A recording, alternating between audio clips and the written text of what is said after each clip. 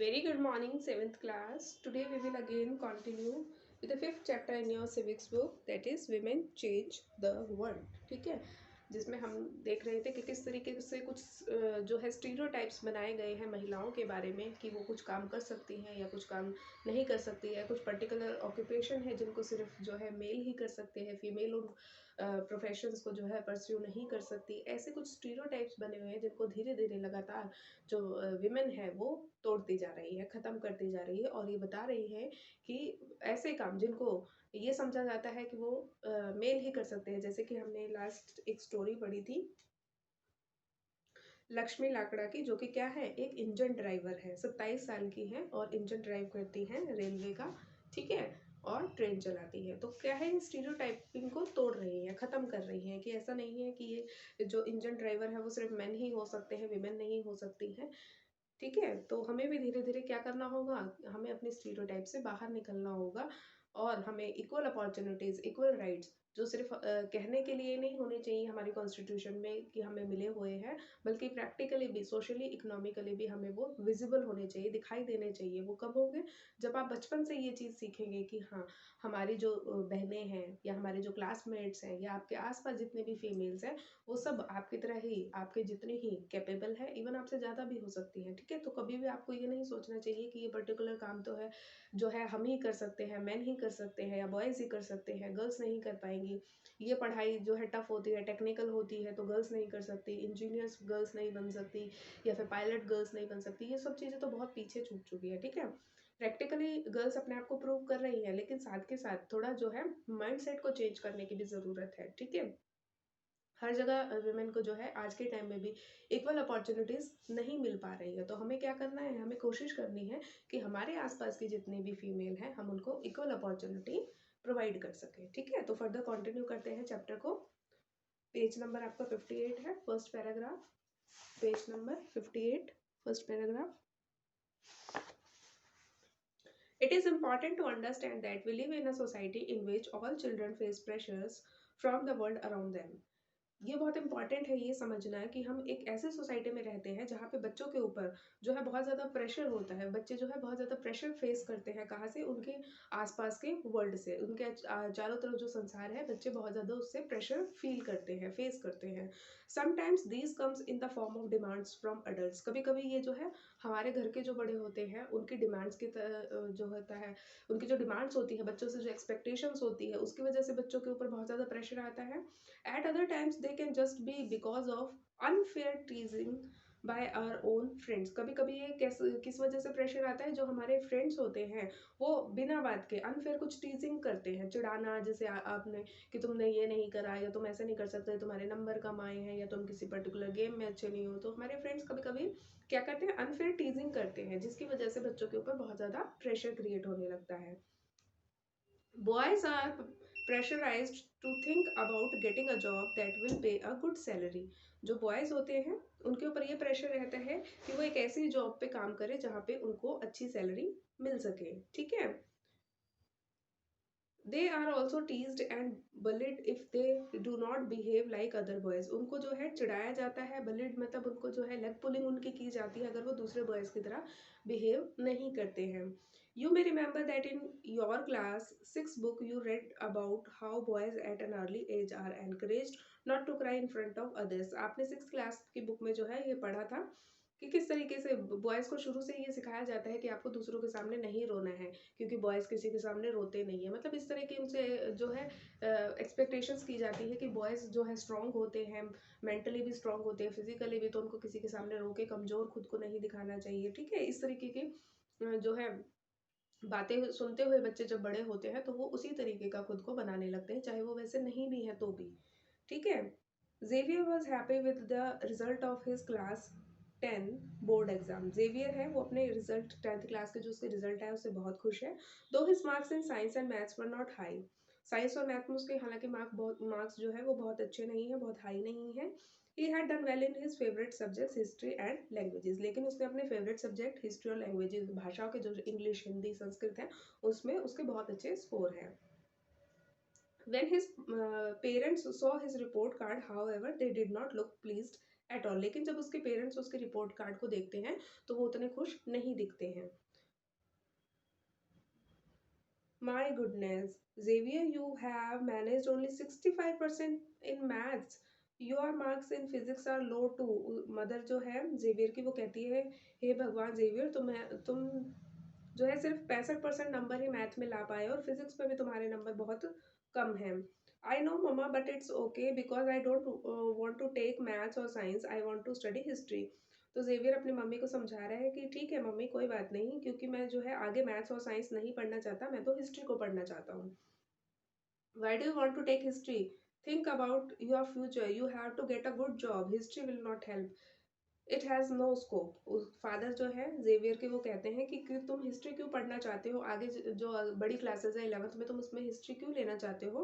अपने फ्यूचर के बारे में कुछ सोचो। तुम्हें एक अच्छी जॉब जो है अच्छी जॉब जो है फ्यूचर में करनी है। हिस्ट्री तुम्हें कोई मदद नहीं करेगी, इसका कोई स्कोप नहीं है फ्यूचर में। ठीक है, इस तरीके की बातें बच्चों को समझा रहे हैं जो कि हिस्ट्री लेना चाहता है। But I don't like maths और साइंस। जो जेवियर है वो कहता है लेकिन मुझे मैथ्स और साइंस बिल्कुल भी पसंद नहीं है। Be sensible, son. Take maths and you can study computers side by side. The job market for computers is very good. उसकी मदर है वो कहती है कि थोड़ा सेंसिबल बनो, थोड़ा दिमाग से सोचो, मैथ्स लो और कंप्यूटर को साइड बाय साइड पढ़ो। जो कंप्यूटर की जॉब है मार्केट में बहुत ज़्यादा मतलब बहुत आसानी से तुम्हें मिल जाएगी। तो किस तरीके से स्टीरियोटाइप बनाए कि हिस्ट्री पढ़ने से सक्सेसफुल नहीं होगे, कोई अच्छी जॉब नहीं मिलेगी, मैथ्स और कंप्यूटर ही तुम्हें पढ़ना पड़ेगा, जबकि उसमें बच्चे का कोई इंटरेस्ट ही नहीं है।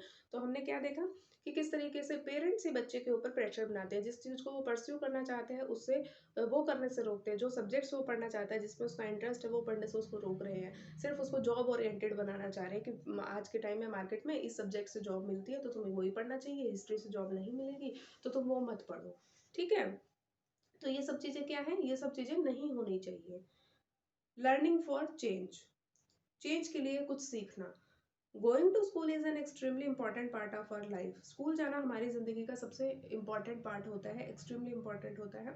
As more and more children enter school every year, we begin to think that it is normal for all children to go to school. जैसे ही बहुत ज़्यादा से ज़्यादा बच्चे स्कूल में हर साल आते हैं, इसलिए हम ये सोचने लगते हैं कि सभी बच्चों के लिए स्कूल जाना जो है नॉर्मल है। Today it is difficult for us to imagine that school and learning could be seen as out of bounds और not appropriate for some children. आज के समय में हमें ये इमेजिन करना बहुत मुश्किल होगा कि कुछ बच्चों के लिए जो है स्कूल जाना आउट ऑफ बाउंड्स यानी या और नॉट अप्रोप्रिएट है, यानी कि सही नहीं है। ऐसे भी बच्चे जिनके लिए स्कूल जाना सही नहीं माना जाता है कि वो स्कूल नहीं जा सकते। But in the past the skill of reading and writing was known to only a few. लेकिन पास्ट में क्या था, जो लिखना और पढ़ना, रीडिंग और राइटिंग की जो स्किल थी वो कुछ ही लोगों को आती थी। Most children learn the work their families और एल्डर्स डिड। ज़्यादातर बच्चे क्या काम सीखते थे, जो उनकी फैमिलीज या उनके बड़े जो करते थे। जैसे कोई कारपेंटर है तो वो सीखता था, कोई बिजनेस है घर का तो कोई दुकान है तो वो करता था। ठीक है, तो जो भी घर में काम काज किए जाते थे उनके बड़े कर रहे थे, उसी को वो लोग आगे परस्यू करते थे। For girls the situation was worse. लड़कियों के लिए जो स्थिति थी वो और भी खराब थी।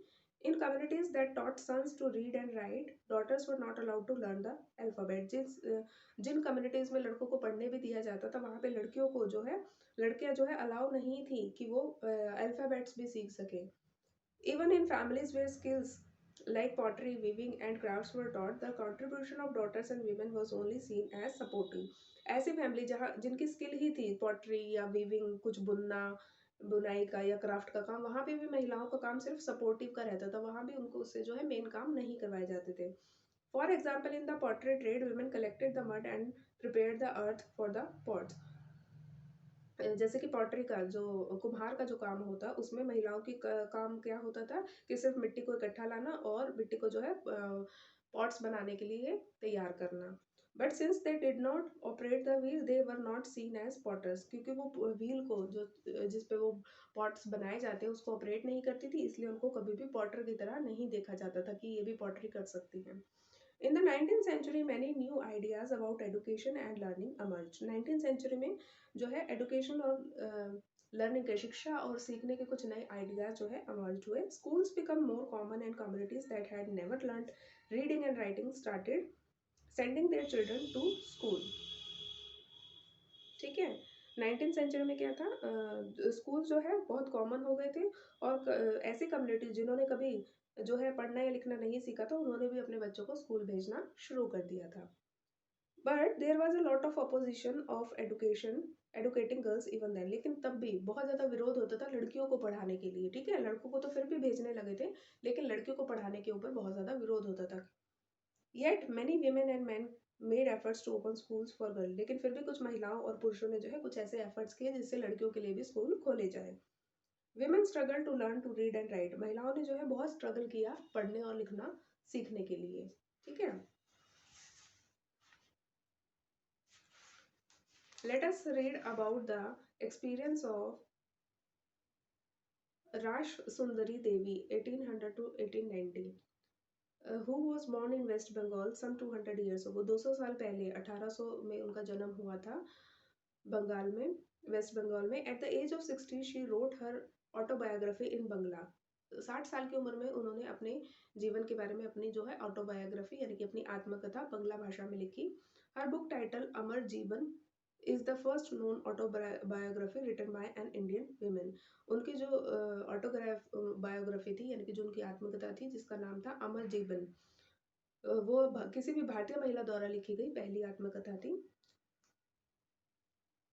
Rash Sundari Devi was a housewife from a rich landlords family, एक अमीर जो है जमींदार परिवार की एक जो हाउस वाइफ थी। At that time, it was believed that if a woman learned to read and write, she would bring bad luck to her husband and become a widow. उस समय में ये विश्वास किया जाता था, ये माना जाता था कि जो औरत पढ़ना या लिखना सीख जाएगी वो अपने पति के लिए दुर्भाग्य लेके आएगी और उसके पति की जो है मृत्यु हो जाएगी और वो विधवा हो जाएगी। Despite this she taught herself how to read and write in secret well after her marriage. इस सब के बावजूद भी उसने छुपते छिपाते यानी कि बहुत सीक्रेटली पढ़ना और लिखना सीखा अपनी शादी के बाद। ठीक है, I would start working at dawn and I would still be at it until well beyond midnight, मतलब वो सुबह सूर्य तो होने से पहले काम करना शुरू कर देती थी और जो है आधी रात तक के बाद तक भी काम करती रहती थी। I had no rest in between, मेरे पास आराम करने के लिए बीच में कोई भी समय नहीं होता था। I was only 14 years old at that time, कहती है मैं उस समय सिर्फ 14 साल की थी। I came to nurture a great longing, I would learn to read and I would read a religious manuscript. वो कहती है कि मुझे जो है पढ़ने का जो है मैंने जो है पढ़ना सीखा और मैंने एक रिलीजियस मैन्यूस्क्रिप्ट को जो है पढ़ा, एक धार्मिक मैन्यूस्क्रिप्ट हाथ से लिखी हुई एक पुस्तक थी उसको पढ़ा।